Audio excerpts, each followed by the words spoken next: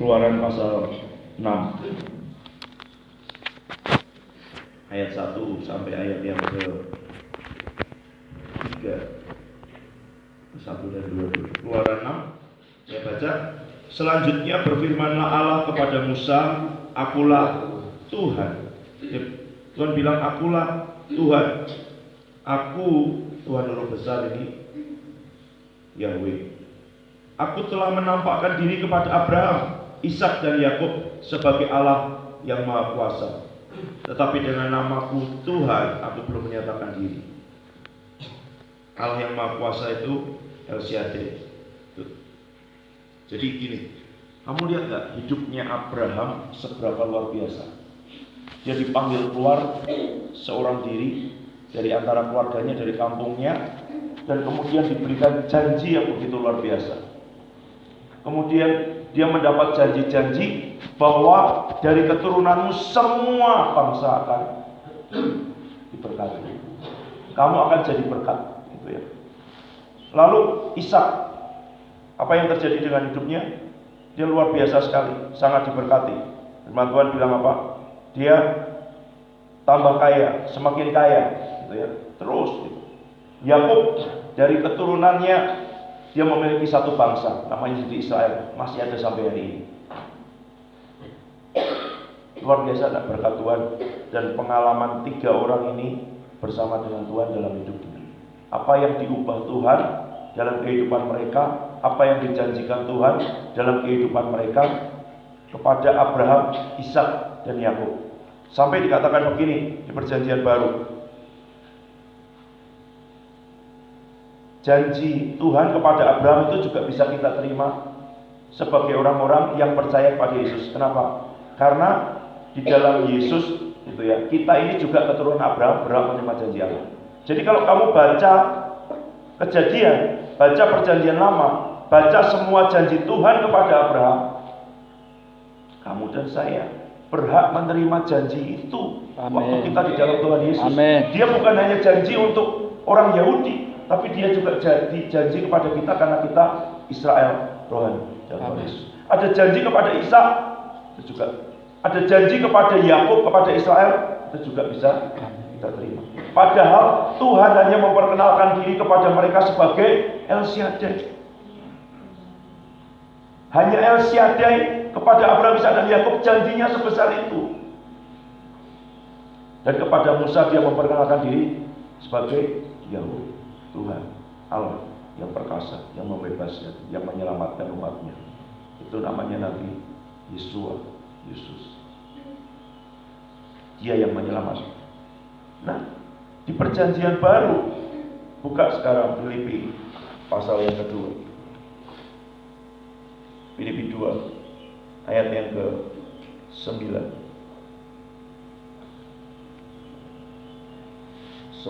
dan 11. Filipi pasal 2 ayat 9, 10 dan 11. Itulah sebabnya Allah sangat meninggikan dia dan mengaruniakan kepadanya nama di atas segala nama, supaya dalam nama Yesus bertekuk lutut segala yang ada di langit, yang ada di bumi, yang ada di bawah bumi, dan segala lidah mengaku Yesus Kristus adalah Tuhan bagi kemuliaan Allah Bapa.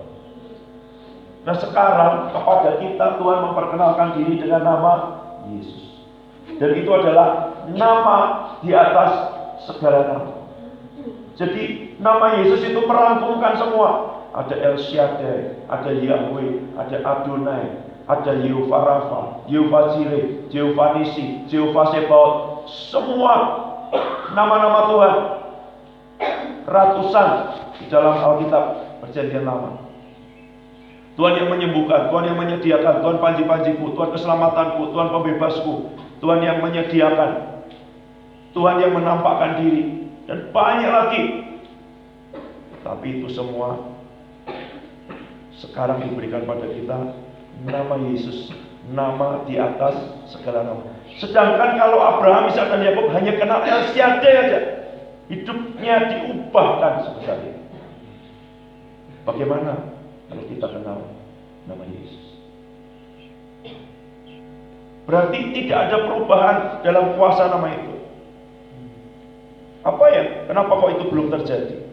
Karena kita belum kenal nama itu, belum tahu, belum punya pengertian. Bagaimana caranya? Karena nama itu nama di atas segala nama. Itu sebabnya nanti kalau baca Kisah Para Rasul pasal yang ketiga, waktu Petrus itu, ya, ayat ke-6. Petrus lihat orang yang pengemis, itu kan, lumpuh. Petrus berkata, emas dan perak tidak ada padaku, tapi apa yang kupunyai kuberikan kepadamu. Apa yang dipunyai? Demi nama Yesus Kristus orang Nazaret itu berjalan. Apakah Petrus tidak punya emas dan perak? Menurut saya, kalau lihat cara hidup jemaat pertama, tidak ada yang berkekurangan, semua menjual rumahnya, menjual ladangnya, membagikan, dan diletakkan di bawah kaki rasul-rasul. Bisa nggak diambilkan itu kas jemaat? Bisa, masih pengemis. Tapi dia memberikan kepada pengemis yang lumpuh itu apa yang lebih daripada emas dan perak. Karena emas dan perak, kalau dia dapat, pernah nggak lihat orang yang dapat uang kaget tiba-tiba 10 juta rupiah? Dan banyak penelitian, orang-orang yang menang lotre tiba-tiba dapat uang 1 miliar, dapat uang sekian ratus juta. Ternyata dalam hitungan tahun bahkan bulan kembali miskin. Tapi kalau dia kenal nama Yesus, ada yang dibebaskan, ada yang lebih dari itu. Jadi kalau kamu ditanya kamu mau apa dalam hidup, apa yang kamu mau? Saya kemarin janda. Kalau kamu kepengen handphone, ya kan?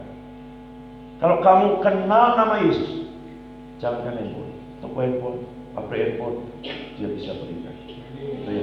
Tapi kalau kamu cuma minta handphone, itu cuma minta hasilnya. Kamu cuma minta apa yang kamu minta? Kalau kamu ditanya kau mau apa dari hidup, bahkan kamu tanya aku mau engkau Tuhan.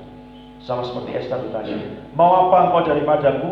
Setengah kerajaan pun aku berikan. Aku tidak mau apa-apa, Tuanku Raja. Aku hanya mau engkau datang. Sama seperti seorang anak kecil. Ini yang cerita Tommy Tenney. Dia nulis banyak buku-buku tentang rohani, pembangunan rohani, pengejaran akan Tuhan. Satu kali dia cerita begini, anaknya waktu dia pulang kerja sore-sore, dia lagi baca Quran, anaknya datang naik ke pangkuannya, duduk. Kemudian dia tanya, ya anak, kamu kepengen apa? Enggak, papa, no daddy, I just love you, aku hanya mengasihi, aku mengasihimu, papa. Turun dia baca Quran lagi, naik lagi dia. Anaknya ngeliatin dia gitu. Kamu kepengen apa nak? Mau es krim? Mau mainan? Mau jalan-jalan? No. Just want to say that I love you. Aku hanya mau bilang kalau aku mencintai. Oke, duduk di situ papanya harus turun lagi. Lalu Tommy Tenney pergi ke dapur, tanya sama istrinya yang lagi masak. Kira-kira matangnya berapa lama lagi ini siapnya makan malam kita? 1 jam. Oke, 1 jam. Aku pergi sebentar ya, ajak anak kita untuk. Diajak anaknya ke kota, perjalanan sekitar 20 menit. Kemudian diajak ke toko mainan. Dan dia bilang, nak, kamu pilih apa saja yang kamu mau. Kenapa? Karena kamu dapat rajanya, dapat hatinya, dapat tuannya. Tidak usah minta apapun, dia menawarkan. Minta yang paling penting, dia memberikan nama di atas segala nama. Nama itu punya kuasa, nama itu punya perjanjian. Tapi bagaimana nama itu kuasanya bekerja dalam hidupmu dan hidupmu? Disembah, ditinggikan, diperkatakan. Tahu nggak? Orang-orang nyembah apa? Oh roh ini, oh mbah ini, oh penguasa ini, di pohon ini, di gunung ini, semuanya. Kenapa? Karena mereka meniru Tuhan, berkuasa. Tidak boleh sembarangan ya mengucapkan nama ini, apalagi mengucapkan nama Tuhan. Perkatakan namanya dengan hormat, sembah, tinggikan, agungkan dia, agungkan. Nanti sifat-sifat yang ada di nama itu nempel di hidup, mengubah hidup. Memang itu cara kerjanya. Sebab kita akan menjadi seperti yang kita sembah. Abraham menyembah El Shaddai. El Shaddai itu the God who is more than enough. Allah yang lebih dari cukup. Lebih dari cukup gimana? Kalau kamu butuhnya bayar registrasi 300.000, dia tidak ngasih 350.000. Itu hanya sisa sedikit. Lebih dari cukup itu butuhmu 300.000, dilunasi sampai semester 8. Itu Allah yang lebih dari cukup. Bagaimana caranya? Sembah. Setiap kali Tuhan menyatakan diri, Abraham membangun mezbah. Dia membangun mezbah. Dia membangun mezbah. Waktu Tuhan sudah memberkati dia, dari kemahnya selalu dia membangun mezbah. Di mezbah itu selalu ada yang dibakar, selalu ada yang dipotong, selalu ada yang dipersembahkan. Nah, sekarang Tuhan mengajari untuk menyembah,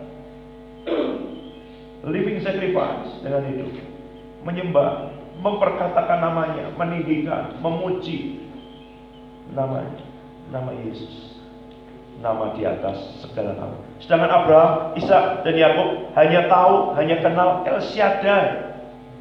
Itu aja hidupnya sudah jadi. Bagaimana kalau kita tahu dan kenal nama Yesus, nama di atas segala nama.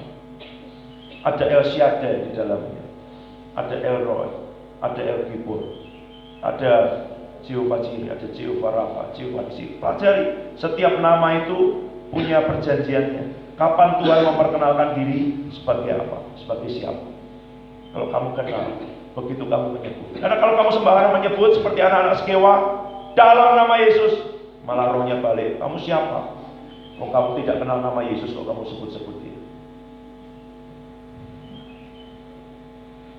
Sampai kamu kenal. Baca Injil berkali-kali, baca perjanjian baru. Dia memperkenalkan dirinya dengan nama Yesus. Nama di atas segala nama. Apa yang terkandung di nama Yesus, itu semua yang ada di perjanjian lama. Dari kejadian sampai Matius. Kalau kamu tidak tahu apa yang terkandung dalam nama Yesus, bagaimana kamu mengharapkan sesuatu? Dia mau memberi lebih dalam hidupmu dan hidupmu. Dengan salah satunya, dengan yang paling ajaib dalam perjanjian baru, memberikan nama Yesus. Mari kita datang lagi dan meninggikan Yesus.